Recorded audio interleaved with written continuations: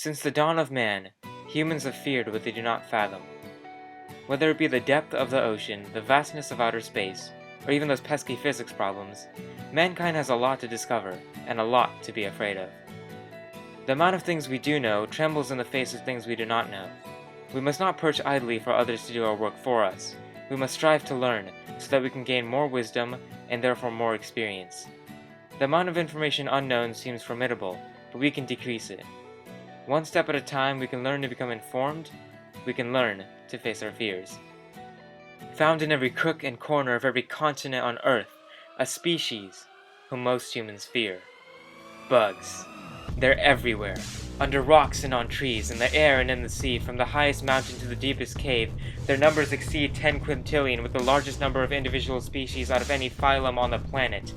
The highest living animal on Earth is a jumping spider that inhabits Mount Everest at an altitude of 22,000 feet. The largest solely land animals on Antarctica are microscopic midges and springtails. We must learn to live with these invertebrates because they live with us, because without them we could not survive.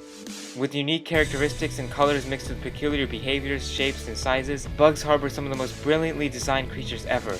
So why be afraid? We mislead ourselves. Most people have some sort of fear towards these minuscule forms of life, as it is human instinct to develop fears of things not fully understood, or of things that might appear menacing. Sure, some types of bugs can contain poison or venom, but like most other dangerous creatures, the threat we pose to them towers over the threat they pose to us, and they will not attack us unless threatened, similar to most sane humans. The danger you cause to yourself by exterminating bugs affects every other animal on the planet as well, because without bugs the entire food chain would collapse, and humans would die off. With all the main human fears of disease, death, war, and getting into college, bugs should form the least of your worries. The size of these creatures diminishes most of the terror they provoke, since escaping from a spider is easier than escaping from a coyote. Similar to most phylums and classes of animals that contain dangerous species, bugs have beautiful species as well. Most butterflies and ladybugs allure humans, and other bugs such as the orchid mantis, rainbow shield bug, Picasso bug, peacock spider, and more exemplify striking charm.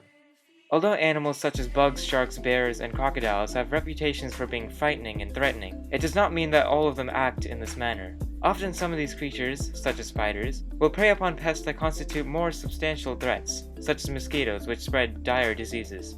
Not every bug has to materialize as the dreadful spider that you find on the wall, yet even they can look lovable sometimes, especially as babies. Some types of bugs, such as tarantulas, execute so little threat to humans that some people have even kept them in the household, like dogs or cats. Even the infamous and elephantine emperor scorpions are kept as pets, since their venom tends not to kill humans, and also because they glow under black lights. In almost all cases, an animal's outward appearance, no matter how petrifying, can differ from its personality and behavioral traits, as evidenced by tarantulas and scorpions, who usually exhibit timid personalities. Although we continue in our lives not knowing most of what lies in our own planet, the more we learn, the closer we come to finding out. The creepy bugs that you may call appalling, putrid, and terrifying, in actuality, are ethereal.